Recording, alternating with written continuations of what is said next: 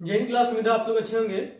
आज हम लोग 5.1 को देखेंगे, जिस चैप्टर का नाम है समांतर श्रेणी। ठीक है, समांतर श्रेणी को हम लोग इंग्लिश में क्या बोलते हैं? अर्थमेटिक प्रोग्रेशन बोलते हैं। ठीक है, जिसको हम लोग शॉर्ट फॉर्म में क्या बोलते हैं? एपी बोलते हैं। तो अर्थमेटिक प्रोग्रेशन में हम लोग पहले जानेंगे कि क्या होता है या क्या नहीं होता है। हम लोगों को देखिए, पहले इंट्रोडक्शन में हम लोग को देखते हैं कि समांतर श्रेणी क्या होता है। ठीक है ना, उसके बाद हम लोग जानेंगे कि उसको बनाने का तरीका क्या होता है। समांतर श्रेणी हम लोग एग्जाम्पल से समझते हैं कि समांतर श्रेणी कहते किसको है। ठीक है, तो उसके बाद हम लोग इसको पहला एग्जाम्पल लेते हैं। कोई एक संख्या है जिसमें से होता है 2, 4, 6, 8, 10, और एक दूसरी संख्या हम लोग लेते हैं। दूसरा उदाहरण जो हो जाएगा, ये हम लोग का हो जाएगा 3, 6, 5, या फिर इसको हम लोग लिख सकते हैं 8, उसके बाद लिख सकते हैं 12। इस तरह से हम लोग आगे लिखते चले जाएंगे। ठीक है ना, अब देखेंगे हम लोग इन दोनों का अंतर क्या है। 4 में हम लोग 2 घटाएंगे तो क्या बचेगा? 2। 6 में हम लोग 2 घटाएंगे तो क्या बचेगा? 2। 8 में हम लोग 2 घटाएंगे तो क्या बचेगा? 2। और 10 में हम लोग 8 घटाएंगे तो क्या बचेगा? 2। ठीक है ना, उसके बाद हम लोग देखेंगे इस वाले में से 6 में 3 घटाएंगे तो बचेगा 3। 8 में 6 घटाएंगे तो बचेगा हम लोगों का 2। उसके बाद क्या है, इसमें से 12 में 8 घटाएंगे तो बचेगा हम लोग को 4। तो हम लोगों को देखना रहता है कि जो ये डिफरेंस हम लोग का जो ले रहे हैं, इन जो दोनों को घटाने के बाद जो अंतर हम लोग ले रहे हैं वो कम से कम सभी समान होना चाहिए, तभी ये हमारा क्या होगा? एपी होगा। तो इस केस में देखिए, यहां से यहां तक हम लोगों का सभी चीज की समान है, तो इसलिए हम लोग इसको क्या बोल सकते हैं? एपी बोल सकते हैं। यहाँ पे ये समझ में आया कि मतलब हम लोग का जो ये सारा अंतर होता है, हम लोग इन दोनों के डिफरेंस को क्या बोलते हैं? सार्व अंतर। ठीक है ना, जिसको हम लोग डी से डिनोट करते हैं, और इसको हम लोग क्या बोलते हैं? सार्व अंतर। तो हम लोग जानेंगे सार्व अंतर पहले निकालेंगे, उसके बाद हम लोग देखना होगा कि ये सभी सेम है या नहीं है। अगर ये सेम होगा तो होगा एपी, अन्यथा वो नहीं होगा। तो इस केस में क्या होगा? ये सार्व अंतर 3 है, उसके बाद 2 हुआ, 4 हुआ, तो इस केस में ये एपी नहीं होगा। अब हम लोग जानेंगे कि एपी यदि रहता है तो हम लोग उसको एपी को किस तरह से निकालते हैं। तो देखिए, यहाँ पे हम लोग कुछ बेसिक सा चीज को और अच्छे तरीके से जान लेते हैं। इसमें से हम लोग पहला एग्जांपल क्या लिए हैं? 2, 4, 6, 8, 10 डॉट डॉट डॉट, इस तरह से हम लोग का क्या होता है? जाता है। तो एक बात ध्यान दीजिएगा, जो हमारा ये पहला टर्म है इसको हम लोग क्या बोलते हैं? प्रथम पद बोलते हैं। ठीक है ना, तो क्या बोलते हैं? प्रथम पद बोलते हैं, जिसको हम लोग किस चीज से डिनोट करते हैं? ए से डिनोट करते हैं। उसके बाद इन दोनों का जो डिफरेंस होता है उसको हम लोग क्या बोलते हैं? डी बोलते हैं, जिसको हम लोग क्या बोलते हैं? सार्व अंतर बोलते हैं।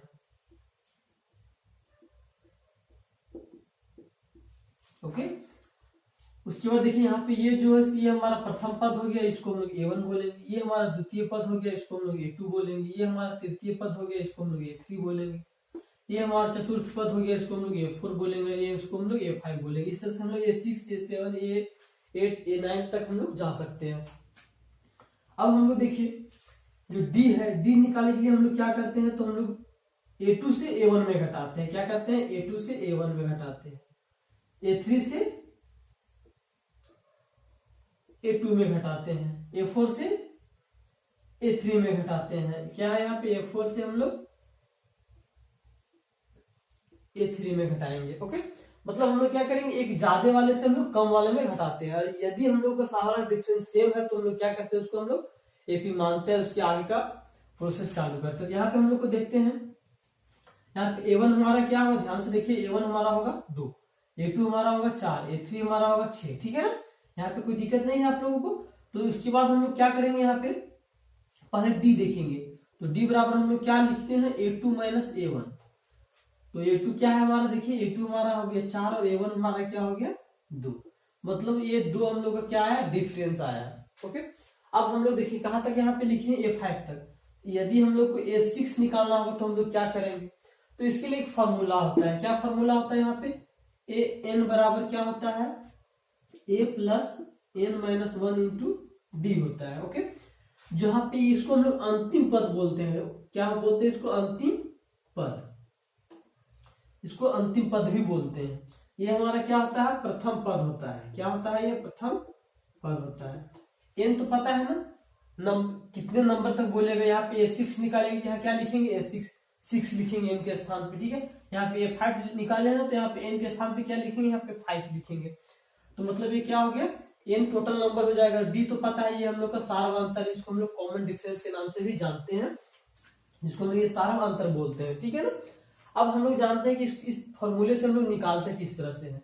ओके, तो इसको हम लोग निकाल लेते हैं। अब देखते हैं हम लोग यहाँ तक, यहाँ पे निकाले, यहाँ पे A5 तक। अब A6 निकालते हैं हम लोग। तो A6 बराबर क्या होता है, पहले हम लोग फॉर्मूला लिखते हैं। तो AN बराबर हम लोग लिखेंगे क्या, A plus N minus 1 into D लिखेंगे। तो हम लोग A6 निकालना है, तो N के स्थान पे क्या लिखेंगे हम लोग, A6, कोई दिक्कत नहीं है। तो अब आया है A क्या है हम लोग का, ये प्रथम पद है। तो हम लोग देखिए यहाँ पे प्रथम पद कौन सा है, ये 2 है। तो ये हम लोग का 2 हो गया, प्लस उसके बाद क्या है यहाँ पे n क्या होगा हम लोग के लिए, यहाँ पे देखिए n बराबर हम लोग का 6 है, तो 6 लिखेंगे, माइनस 1 हो जाएगा यहाँ पे 1। और d हमारा क्या है, देखिए यहाँ पे, तो d हम लोग का क्या है, 2 है, तो हम लोग यहाँ पे 2 लिखेंगे। ओके, तो A6 बराबर क्या हो जाएगा, यहाँ पे देखिए 2 जोड़, यहाँ पे क्या बचेगा, 5 गुने 2, तो A6 हो जाएगा हम लोगों का 2 प्लस 10 बराबर क्या हो जाएगा, 12। मतलब 10 के बाद क्या आएगा, यहाँ पे 12 आएगा, उसके बाद ये क्या आ जाएगा, 14 आएगा। इस तरह से हम लोग को बढ़ते जाएगा।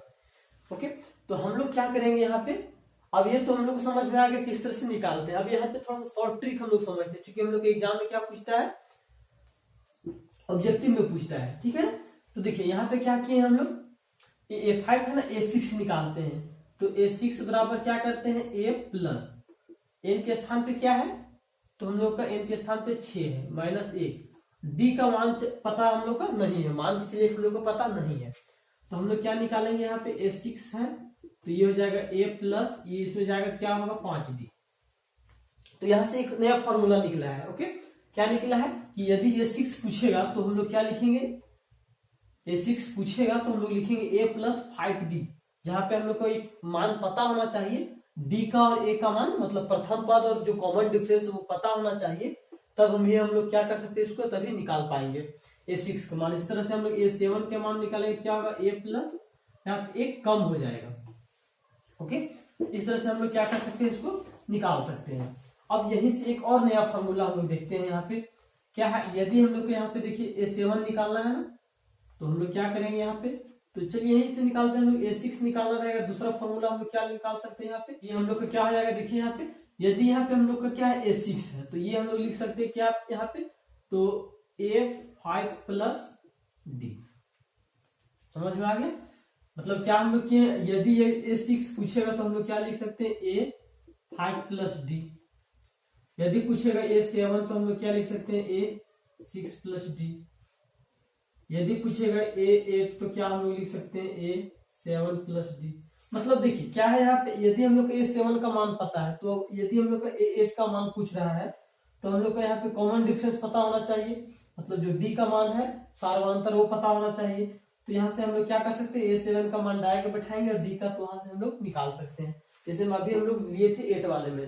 ठीक है, तो उम्मीद है आप लोग को समझ में आया होगा। हम लोग डायरेक्ट चलते हैं क्वेश्चन पे। देखिए इसमें क्वेश्चन में क्या बोला है कि निम्नलिखित स्थितियों में से किन स्थितियों में संबंध संख्याओं की सूची एपी है और क्यों है। ठीक, यदि इसमें एपी होगा तो हम लोग को रीजन देना है कि क्यों होगा, और नहीं है तो उसमें फिर लिख देना है कि हम लोग का नहीं होगा। तो याद रखिए आप लोग, यदि एपी होगा तो कम से कम एपी के पता करने के लिए हम लोग को 3 टर्म लेना पड़ेगा, जिसमें से हम लोग क्या करेंगे, 3 टर्म में से दोनों में कॉमन डिफरेंस 2 निकाल करके देखेंगे। यदि दोनों कॉमन डिफरेंस सेम है तो हम लोग का वो एपी होगा, अन्यथा नहीं होगा।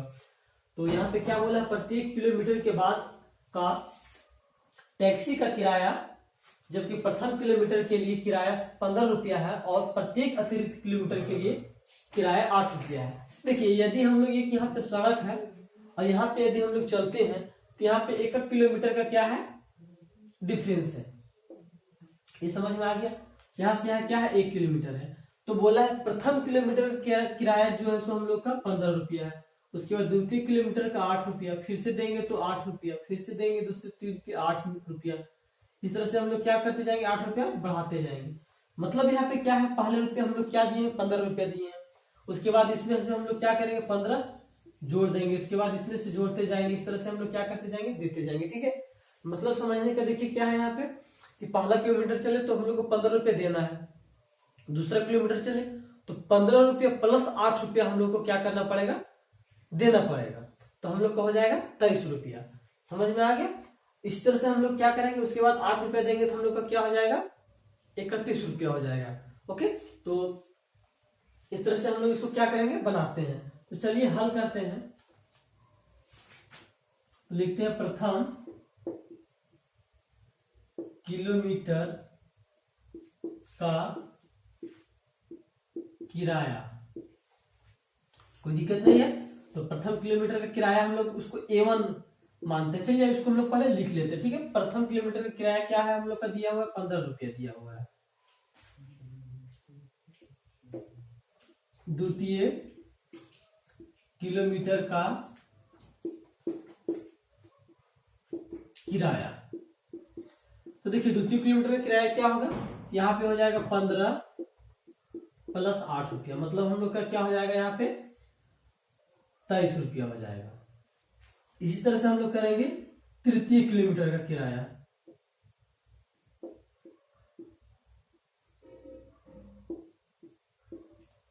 तो तृतीय किलोमीटर का हम लोग का किराया क्या होगा, इसमें हम लोग 23 प्लस 8 करेंगे तो हम लोग का हो जाएगा 31 रुपया। समझे ना? तो इसमें से हम लोग क्या करेंगे, इसको पहला टर्म मान लेते हैं, इसको हम लोग क्या करते हैं, दूसरा टर्म मान लेते हैं, इसको हम लोग तीसरा टर्म मान लेते हैं। ठीक है, तो पहले इसको हम लोग एपी के माध्यम में लिख लेते हैं क्या है ये, इसलिए हम लोग का क्या हो जाएगा, ये हम लोग का श्रेणी हो जाएगा 15 23 31 डॉट डॉट डॉट डॉट, इस तरह से हम लोग का क्या है, श्रेणी है। अब हम लोग को क्या निकालना है, D1। ओके, तो D1 निकालने के लिए हम लोग क्या करेंगे, देखिए D1 इसलिए नाम दिए है ना कि कॉमन डिफरेंस हम लोग 2 निकाल के कम से कम देखेंगे। यदि आपका मान है तो D ही लिख सकते, उसमें कोई दिक्कत नहीं है। D1 का फॉर्मूला क्या होता है, A2 माइनस A1। ये हमारा A1 हो गया, A2 हो गया और ये A3 हो गया। तो यहाँ पे देखिए क्या होगा, A3 हमारा जो है, सॉरी A2 जो हमारा 23 है और A1 जो है हम लोग का 15 है। तो हम लोग का यहाँ पे क्या आ जाएगा, 8 अंतर आ जाएगा। उसी तरह से हम लोग लिखेंगे D2 बराबर क्या हो जाएगा, मतलब जो दूसरा डिफरेंस है उसके लिए हम लोग क्या लिखे, D2 लिखे।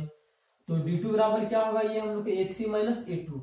तो A3 माइनस A2 बराबर क्या हो जाएगा, यहाँ पे 31 माइनस 23 हो जाएगा, तो ये हम लोग का हो जाएगा 8।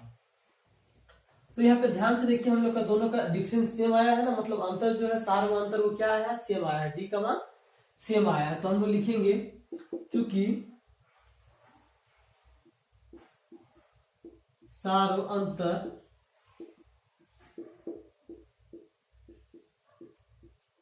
समान है, लिखेंगे इसलिए यह पद क्या होगा हम लोग का, एपी होगा। ओके,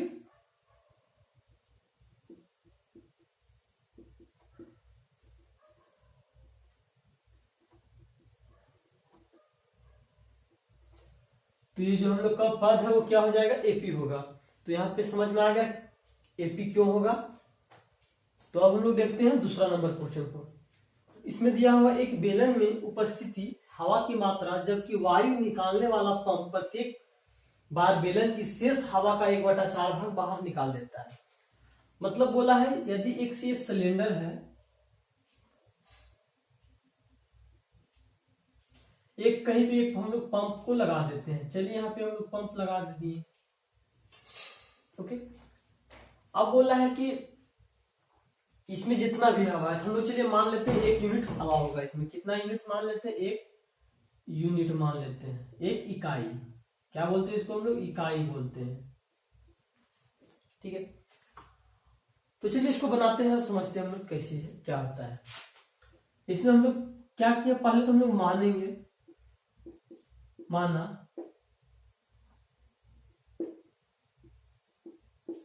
बेलन में उपस्थित हवा की मात्रा बराबर क्या होगा, 1 इकाई हम लोग माने। ठीक, तो 1 इकाई हम लोग, ये हम इसको हम लोग क्या बोलेंगे, A1 बोलेंगे। समझ में आ गया। अब हम लोग का दूसरा क्या होगा वो देखते हैं। इसलिए हम लोग लिखेंगे द्वितीय स्थिति। द्वितीय स्थिति में क्या बोला है कि जो ये हवा है, 1 इकाई हवा है ना, इस हवा का 1/4 भाग जो है सो निकल जाएगा बाहर।